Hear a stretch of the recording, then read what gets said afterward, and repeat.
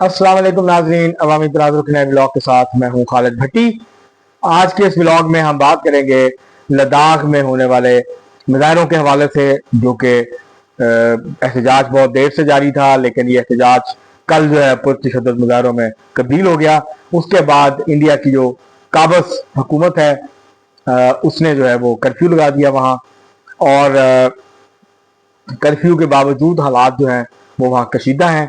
कल के जो तशद्दुद हुआ, जिसमें पुलिस ने फायरिंग की, लाठीचार्ज किया मुजाहिरीन पे, उसके नतीजे में 4 नौजवान जो हैं वो मारे गए, 80 से ज्यादा जख्मी हुए। जबकि बीजेपी का ऑफिस और उसके साथ साथ कुछ सरकारी जो बिल्डिंग थी उनको आग लगा दी गई। ये सारे वाकयात क्यों हुए हैं और क्यों गुस्सा है लोगों को लद्दाख के, और ये सारा जो मामला था, और क्योंकि बीजेपी ये मोदी की हुकूमत का ये ख्याल था कि अगर हम इसके हिस्से बखरे कर दें कश्मीर के, तो ये जो सारा मामला है ये ख़त्म हो जाएगा और फिर हम आराम से जो है वो इसको कंट्रोल कर लेंगे। लेकिन ऐसा होता हुआ नज़र नहीं आता।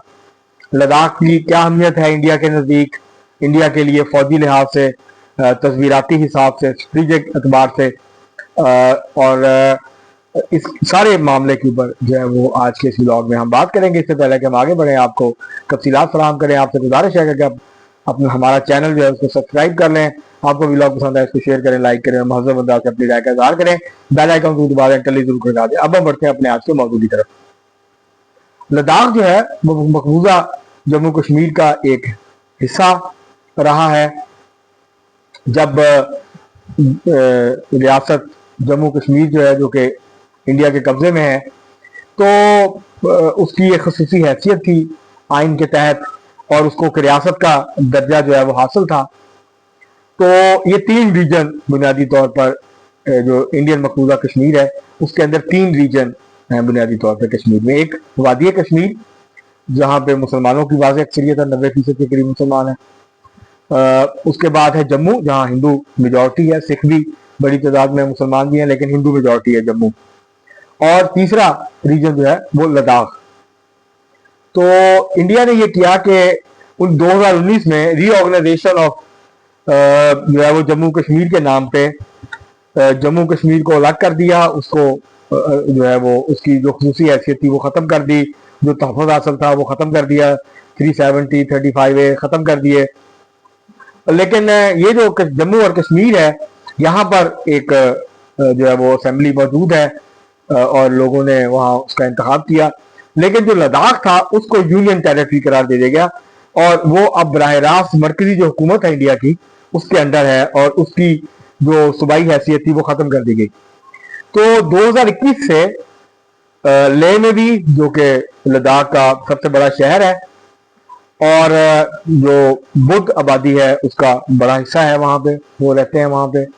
और जो दूसरा हिस्सा है वो है कारगिल, जहाँ मुसलमान अक्सरियत में है और ज़्यादा शिया पॉपुलेशन है। तो ओवरऑल जो है वो बुद्ध जो है वो अक्सरियत में है, फिर मुसलमान है, उसके बाद हिंदू है। तो लद्दाख के अंदर 2021 से एक पुरअमन एहतजाजी तहरीक जारी थी। 2 उनके बड़े मुतालबात हैं।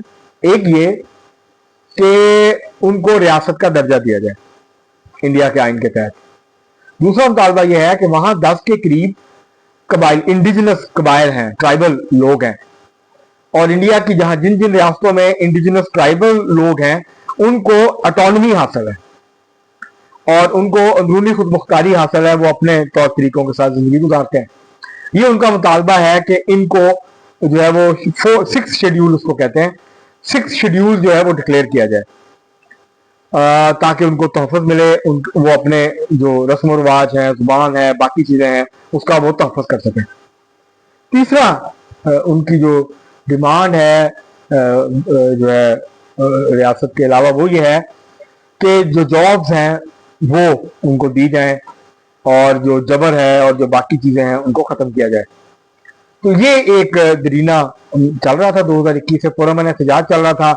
कारगिल में डेमोक्रेटिक एक अलायंस बना, डेमोक्रेटिक अलायंस, और जबकि लेह में ये जो था ये एक एपेक्स जो बोर्ड है वो बना, और ले एपेक्स बोर्ड, और इसके तहत जो मुख्तलिफ समाजी और सियासी तंजीमें थी वो इकट्ठी हुई और वो पुरअमन एहतजाज कर रहे थे।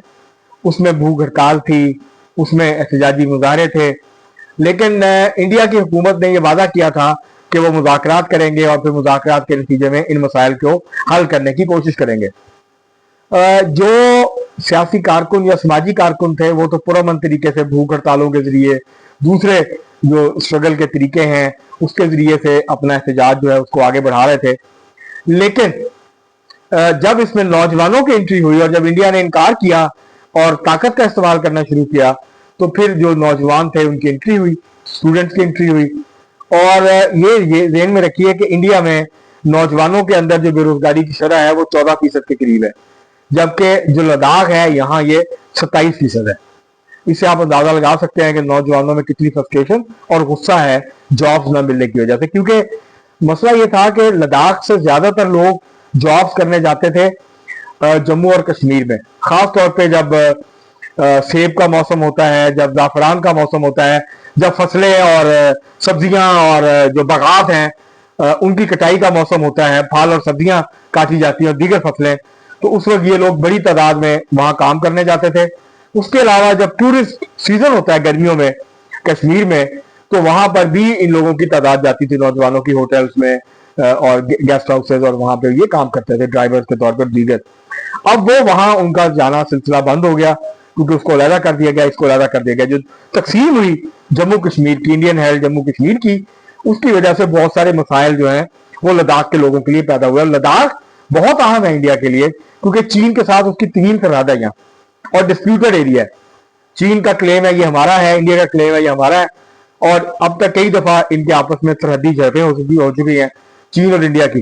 तो अब अगर ये आबादी के अंदर ये गम गुस्सा बरकरार रहता है और इंडिया अब कहाँ है हुकूमत ने, मरकजी हुकूमत ने कि हम 6 अक्टूबर को मुज़ाकरात करेंगे, देखते हैं उसका क्या नतीजा निकलता है। ये इंडिया के लिए फौजी लिहाज से और जियो पोलिटिकल लिहाज से बहुत अहम खिता है लद्दाख का, और इसको जम्मू कश्मीर से अलग किया भी इसीलिए गया था, कहा कि मुतनाज़ा इलाके से बिल्कुल अलग कर दिया जाए और यहाँ पर फिर जो है वो मामलात मामूल पे आ जाएंगे। लेकिन ऐसा नहीं हुआ, बल्कि एक ज्यादा शदीद रिएक्शन जो है वो पैदा हुआ। अब एक तरफ चीन का दबाव है, दूसरी तरफ लद्दाख की मकामी आबादी का दबाव है, और इसमें जो मजहबी मुनाफरत है वो भी काम नहीं आई। और लोगों को गुस्सा है बीजेपी की हुकूमत पे कि जो वादे किए थे उनसे वो पूरे नहीं हुए, और मुसलमान और जो बुद्ध हैं लोग जो हैं वो मिलकर जदोजहद कर रहे हैं रियासत के लिए और अपने दीगर मुतालबात को मनवाने के लिए। तो अब देखते हैं कि ताकत का जो इस्तेमाल है वो कब तक आप लोगों को जो है वो ताकत के इस्तेमाल के जरिए से कंट्रोल में रखेंगे। हालात खराब हो सकते हैं, मजीद खराब हो सकते हैं, और इंडिया ये कभी नहीं चाहेगा। जाहिर है इंडिया के लिए भी प्रॉब्लम है, उनकी एयरफील्ड है, उनकी वहाँ पे बेसेस हैं, मिलिट्री है, उनकी जो बहुत अहम शाराएं हैं वो यहाँ से गुजरती हैं, और वहाँ पे जो सप्लाई लाइंस और दीगर चीजें हैं वो सारी यहीं से गुजर के जाती हैं। तो अगर वहाँ अनरेस्ट होती है और हालात खराब होते हैं तो जाहिर है इंडिया के लिए ये बड़ा मसला है, और चीन जो है उसको एक एडवांटेज मिल सकता है इस सारी सूरत के अंदर। तो अब देखना यह है कि क्या ये तहरीक सस्टेन करती है, ये क्या दोबारा पुरअमन एहतजाज जो है वो होता है, या ये तशद्दुद का अंसर इसके अंदर आया है वो बढ़ता है इसके अंदर, तो उसकी वजह से सूरत जो है वो मजीद जो है वो खराब हो सकती है। अब कर्फ्यू है, जब कर्फ्यू उठेगा तो अंदाजा होगा कि किस किस्म का रिएक्शन जो है वो लोगों की तरफ से वसी पैमाने पे सामने आ सकता है। अब तक के लिए इतना ही, बहुत शुक्रिया।